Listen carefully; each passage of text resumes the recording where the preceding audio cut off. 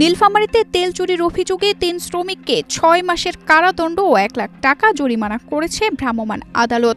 শনিবার রাত ৮টার দিকে রাস্তার পাশে দাঁড়িয়ে থাকা একটি তেলের লরি সন্দেহজনক মনে হলে জেলা প্রশাসকের কার্যালয়ের নির্বাহী ম্যাজিস্ট্রেট মোহাম্মদ নিয়াজ ভুইয়া তাৎক্ষণিক তল্লাশি চালায়। করোনা বা যে কোনো ভাইরাসের এগেইনস্টে ফাইট মানি ব্যাকট্রলের লেফট রাইট। এ সময় লরির একটি জেরিকেন থেকে ১৩ লিটার পেট্রোল উদ্ধার করা হয়।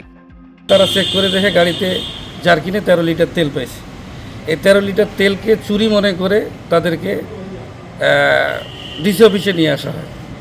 নিয়ে আসে সেখানে দেখানো হয় যে ১৩ লিটার তেল তারা চুরি করছে। কিন্তু আসলে আমরা যেটা জানতে পারলাম ওই ১৩ লিটার তেল সারাদিনে যে গাড়িগুলো ড্রাইভার হেল্পার চালায় গাড়ি তেল খালি করে যাওয়ার পরেও গাড়িতে কিন্তু কিছু তেল লাস্ট ফিনিশিং জমা হয়, সেটা তারা ঢালে এটা জারকিনে রাখে। এভাবেই আসলে তাদের ওই ১৩ লিটার তেল জমা।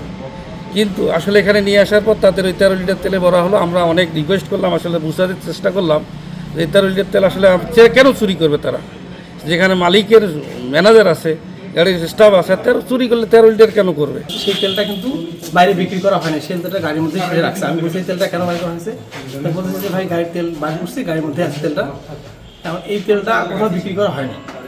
আর ওদের ঝাঁকির তেল ছিল, ওরা আরও টিপ মারছে একটা, সেই টিপের তেল ঝাঁকির তেলটাও ছিল ওদের, সেই তেলটা গাড়ির মধ্যে রাখা হয়েছে। সেই তেলটা ম্যাজিস্ট্রেট স্যার দেখে আমাদেরকে নিয়ে আসছে, এখানে নিয়ে আসছে। আর বলছে আমরা তো আমাদের চুরির কথা বলছে, আমরা তো তেলটা চুরি করিনি। সেই তেলটা আমাদের গাড়ির মধ্যে, আমি ম্যানেজার ছিলাম, আমি বলছি এই তেলটা গাড়ির মধ্যে আছে, সেই তেলটা আমি কোথাও বিক্রি হতে দিইনি। ঘটনাস্থল থেকে ড্রাইভার হেল্পার সহ ৩ শ্রমিককে আটক করা হয়। পরে ভ্রাম্যমাণ আদালতের মাধ্যমে তাদের প্রত্যেককে ৬ মাসের কারাদণ্ড ও ১ লাখ টাকা করে জরিমানা করা হয়। ম্যাজিস্ট্রেট এখন তো রায় দিল আমাদের, আমরা বলার পরে ম্যাজিস্ট্রেট এমনি আমাদের জেল দিল। জরিমানা অনাদায়ে আরও ১ মাসের কারাদণ্ডের নির্দেশ দেওয়া হয়েছে। এ ঘটনায় এলাকায় চাঞ্চল্যের সৃষ্টি হয়েছে। প্রশাসন জানিয়েছেন তেল চুরি ও অনিয়ম রোধে এ ধরনের অভিযান অব্যাহত থাকবে।